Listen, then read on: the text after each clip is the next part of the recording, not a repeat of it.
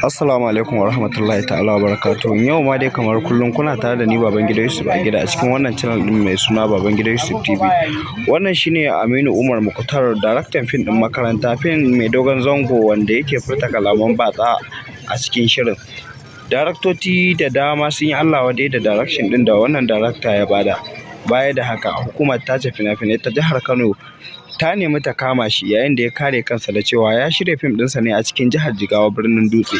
Baya da haka ya ƙara da cewa wannan fim ɗin ba wai na iya Najeriya ne gaba ɗaya ba, fim ne na Afirka da ma duniya gaba ɗaya. Domin a cikin fim ɗin ya yi amfani da yare har kala 17. Wasu daga cikin mashawarta sun ba wa daraktan cewa ya kamata wannan shiri a mara kwaskwarima a ɗanyi wani gyare-gyare. Darakta Aminu Umar Mukhtar ya nuna cewa a cikin wannan fim nasa bai ga wani abu da zai gyara ba, don haka zai fitar da kayansa ne a yanda ya yi shi.